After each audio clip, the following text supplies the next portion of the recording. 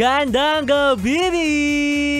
Kasama mo na ang bibi mo sa radyo, DJ B-Boy Bibo!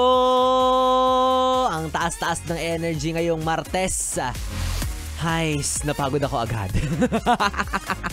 Hanggang dun lang pala yung energy. Bibi, kamusta ka ngayong Tuesday evening na ito? Marami ka pa rin bang trabaho? Hindi ka makawala, no? Wala nagpapalupig ka masyado sa salapi. Buti pa yung buwan ng Hunyo, may araw ng kalayaan. Ikaw, wala ka nun.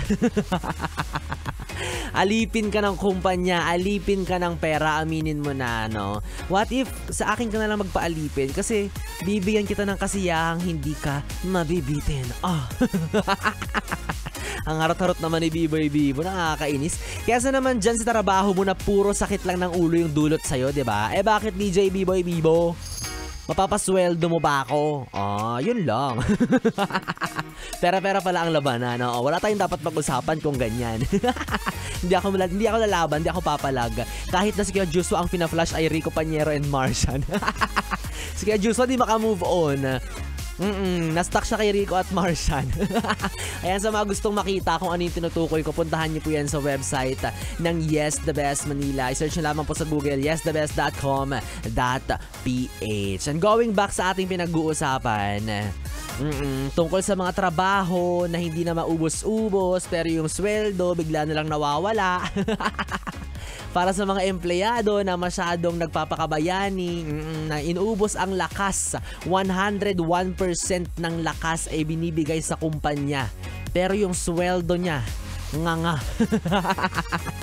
Ayan ang sinasabi ko sa'yo Tigil-tigilan mo na yung kakatrabaho mo masyado. BB time din kapag may time, okay? Bakit? Malalambing ka ba ng boss mo, ha? Malalambing ka lang naman yan pag may ipaparush siya sa'yo, Mahaplos ka ba ng mga office mate mo? Hindi rin. Mahaplosin ka lang nila sa bulsa para mangutang kasi feeling nila ang dami-dami mong pera. At least kay B-Boy Bibo, after ng BB time na to, gigising kang mengiti sa mga labi mo. Rar!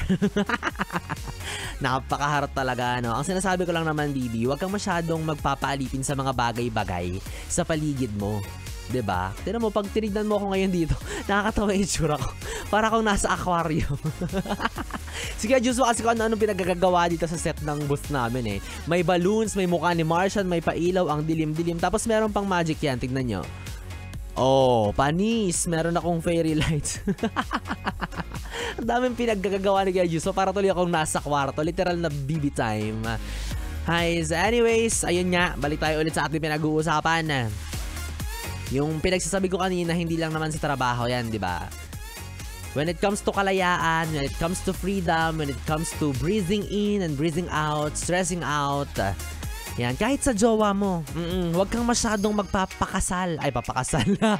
Baka sabihin ayaw magpakasal sa jowa. Huwag kang masyadong magpapasakal.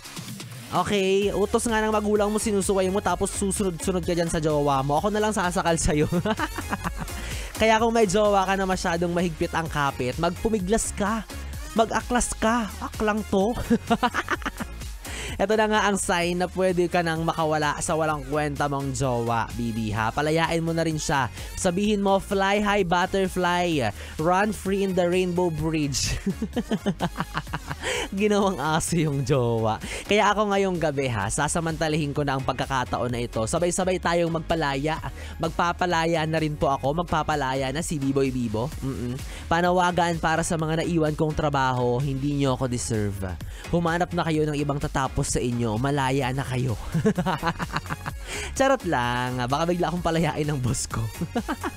Bibi, ko nakaka-relate ka, pwede mong ibahagi ang kwento mo sa radyo tungkol sa usaping ito. Ikaw ba, kung malaya ka lang sana, ano ba ang mga gagawin mo? Okay, PM yan sa aking Facebook Messenger, DJ B-Boy, Bibo, DJ B-I-B-O-Y, B-I-B-O. At maya-maya sabay-sabay natin yung basahin, pakinggan at pag-usapan para sa ating BB Time. Muli, kapiling mo, DJ B-Boy Bibo, ang DJ na single, ready to mingle, basta walang label. Paborito mong katabi mula alas 9 hanggang alas 12 na mag-iiwan ng awiting mula kay Peter Cetera, Glory of Love. Hatid sa'yo ng 101.1, Yes, the Best.